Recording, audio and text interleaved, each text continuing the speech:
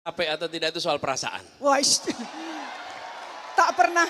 Ini kalau judul tak pernah lelah mencintaimu nih kayaknya. Monggo Mas Anies 15 menit untuk Anda. You just give anything. Terima kasih semuanya. Assalamualaikum warahmatullahi wabarakatuh. Selamat sore, salam sejahtera untuk semuanya.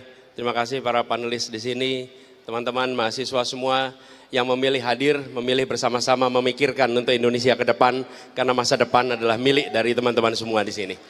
Anda punya lebih banyak besok daripada kemarin, karena itu pemilik besok itu harus ikut menentukan dan memikirkan sama-sama. Kami hadir di sini untuk berdiskusi, berpikir bersama dengan teman-teman semua.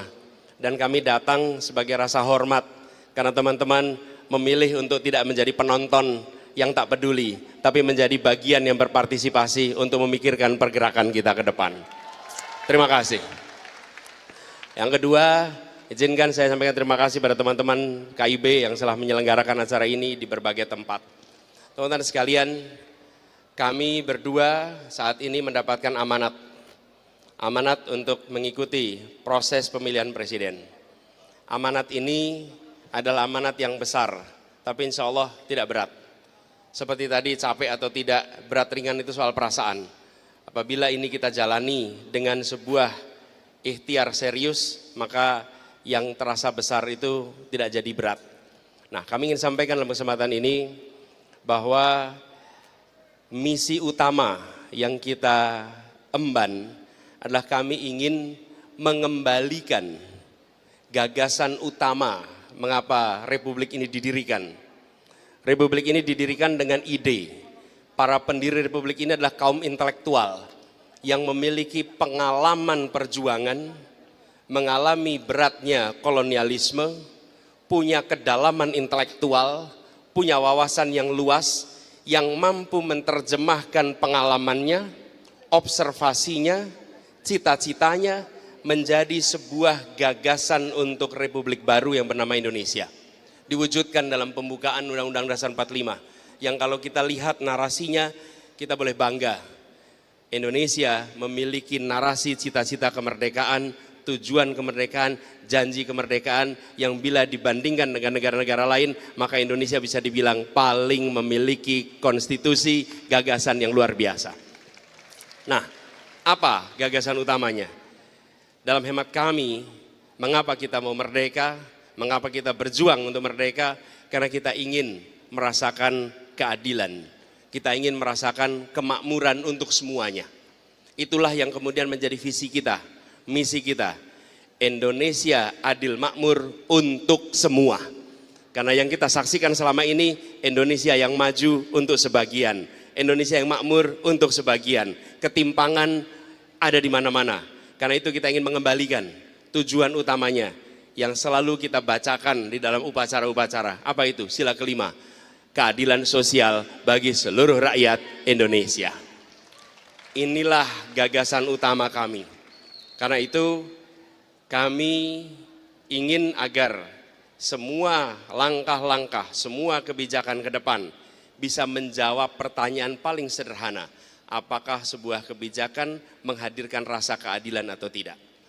Di situ political economy akan muncul. Siapa dapat apa, berapa besar, kapan, di mana dalam setiap kebijakan yang disusun. Itulah sebabnya kita ingin memperjuangkan itu. Termasuk ketika kita bicara tentang aspek-aspek. Ada pendidikan, ada kesehatan, ada pembangunan infrastruktur, ada bicara tentang lapangan pekerjaan. Maka satu pertanyaan itu bisa digunakan untuk berbagai aspek.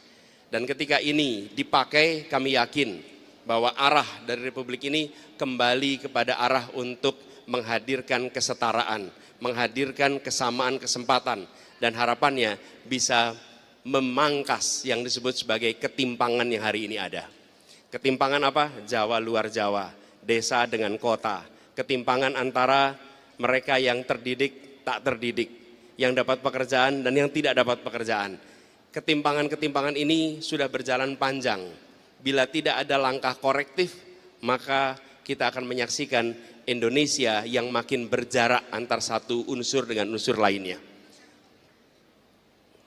Jadi, Bapak Ibu sekalian yang saya hormati, ketika kita membicarakan tentang Indonesia sebagai satu kesatuan, maka persatuan yang bisa kita hadirkan harus didasarkan oleh rasa keadilan.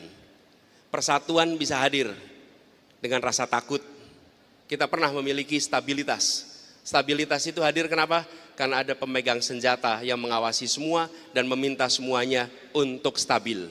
Tapi itu stabilitas semu. Stabilitas yang otentik adalah stabilitas yang ditopang karena semua merasakan keadilan di dalam masyarakatnya. Ini stabilitas yang sesungguhnya, ini persatuan yang sesungguhnya. Dan itulah sebabnya mengapa kita mendorong ke arah sana, karena kita berharap dengan adanya rasa keadilan, maka kita memiliki ketenangan, keteduhan, persatuan. Kita lihat aja di dunia pendidikan. Pertanyaan sederhana, sudahkah kebijakan-kebijakan pendidikan kita menghadirkan keadilan? Sudahkah kesempatan yang sama bagi anak-anak dari keluarga yang latar belakang ekonomi kuat, latar belakang ekonomi menengah, dan latar belakang ekonomi lemah, apakah mereka memiliki kesempatan yang sama untuk mendapatkan pendidikan berkualitas di seluruh Indonesia? Bila jawabnya belum, itu adalah salah satu agenda perubahan yang kita ingin dorong. Jadi, pertanyaan sederhana itulah yang kemudian akan menjadi pegangan. Dan kami percaya bahwa di dalam sebuah kepemimpinan harus ada gagasan, harus ada ideologi. Karena itu yang kemudian menjadi rujukan bagi semua di dalam mengambil kebijakan. Karena yang puncak memiliki ideologi, yang puncak memiliki gagasan. Jadi rujukan. Tapi bila di puncak tidak ada gagasan, maka semua bisa mengambil kebijakan apa saja. Bila di puncak tidak ada ideologi, maka yang di bawah akan bisa mengerjakan apa saja tanpa arah. Kita harus mengedepankan, dan ideologi itulah yang kami bawa, ideologi dan gagasan itu yang kami emban. Insya Allah dengan begitu kita bisa meraih yang kita cita-citakan. Indonesia adil dan makmur untuk semua. Terima kasih, nanti kita berdiskusi lebih jauh. Assalamualaikum warahmatullahi wabarakatuh. Waalaikumsalam, mohon maaf Mas Anies, cepat waktunya soalnya mepet sekali nih. Molornya tadi mundurnya terlalu banyak, mohon maaf. Silakan sekarang, pengen dengar juga Gus Imin kan ya? Pengen ya? Oke, silakan Gus Imin. Assalamualaikum warahmatullahi wabarakatuh. Mas Anies, calon presiden, moderator, Profesor Bang Rocky, pimpinan-pimpinan KIB dan seluruh aktivis mahasiswa se-Jawa Timur yang saya cintai, saya banggakan. Alhamdulillah saya bahagia, bersyukur, bangga bisa bertemu dan bersama-sama berpikir untuk masa depan kita, masa depan bangsa kita. Saya bersyukur bisa bersama Mas Anies 2024 ini karena sebenarnya saya dengan Mas Anies sudah sama-sama tahun 80-an, 90-an. Ketika kami sama-sama jadi aktivis mahasiswa di UGM Yogyakarta. Waktu itu kami merindukan sebuah keadaan dari yang sentralistik, dari ekonomi yang sentralistik, dari ekonomi yang konglomeratif, dari ekonomi yang tidak adil, dari ekonomi yang hanya dinikmati segelintir, dari tekanan politik tidak ada kebebasan berpendapat, berpikir dan berkumpul. Kami ingin perubahan dan kami melakukan itu. Alhamdulillah pada tahun 97-96an kita ketemu Gus Dur, Bang Rocky Gerung ini menjadi salah satu motor forum demokrasi waktu itu. Lalu lahirlah demokrasi. Hari ini kita ketemu lagi, reuni besar dalam posisi yang sama. Kalau dulu ada konglomerasi, hari ini ternyata ada juga namanya oligarki. Kalau dulu ada ketimpangan, hari ini juga ada yang namanya kesenjangan. Kalau dulu ada rasa takut, hari ini satu-satunya yang berani mengkritik hanya Bung Rocky Gerung.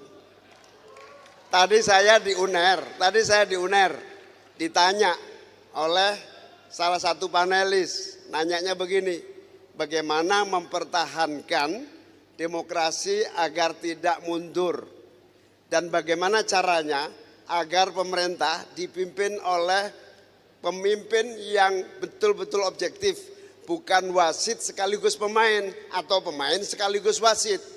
Jawabannya sederhana, mari kita kembalikan demokrasi kepada kebebasan penuh rakyat, masyarakat seluruhnya untuk bicara bebas tanpa rasa takut dan tanpa ada tekanan kapanpun dimanapun. Amin. Kalau dulu kita merubah sistem yang bersifat sentralistik, otoritarianistik, maka kita hari ini juga harus merubah apa yang disebut seluruh perangkat undang-undang yang menghambat dan memberi rasa takut. Yang pertama, termasuk kita harus merubah dan menjadikan pemerintah pimpinan baru yang lebih demokratis, terbuka dan tidak anti kritik, bahkan terbuka menerima saran dan kritik dari manapun berada. Yang dibutuhkan hari ini bukan saja pemerintahan yang terbuka, tetapi kampus-kampus sudah terlampau lama diam tak bersuara. Kampus-kampus saatnya bicara untuk menyatakan kritik dan menyatakan terbuka apa yang sedang terjadi. Kita tidak hanya butuh seorang Rocky Gerung, kita butuh ribuan Rocky Gerung Indonesia yang itu adalah Anda semua, para aktivis mahasiswa yang akan membawa perbaikan nasib demokrasi kita di masa yang akan datang. Makanya kami berdua bersepakat kita ingin lahirkan perubahan. Yang besar tetap boleh besar, tapi yang kecil harus berubah menjadi besar dan kuat untuk sejajar bersama yang lainnya. Tidak ada diskriminasi, tidak ada yang namanya kesenjangan ekonomi, yang namanya keadilan muncul menjadi fakta kehidupan ekonomi kita. Ibaratnya tantangan kita ke depan adalah bagaimana semua itu terwujud, satu-satunya cara yang konstitusional. Agar konstitusi ini bisa dilaksanakan secara istiqomah, konsisten. Pembukaan Undang-Undang Dasar 45, negara demokrasi, sistem keadilan yang dijamin oleh Pancasila, semua bisa terwujud apabila terlahir pemerintahan hasil pemilu yang jujur, adil, bebas, rahasia, dan tanpa tekanan manapun untuk rakyat. Saatnya kita lahirkan pemilu yang baik.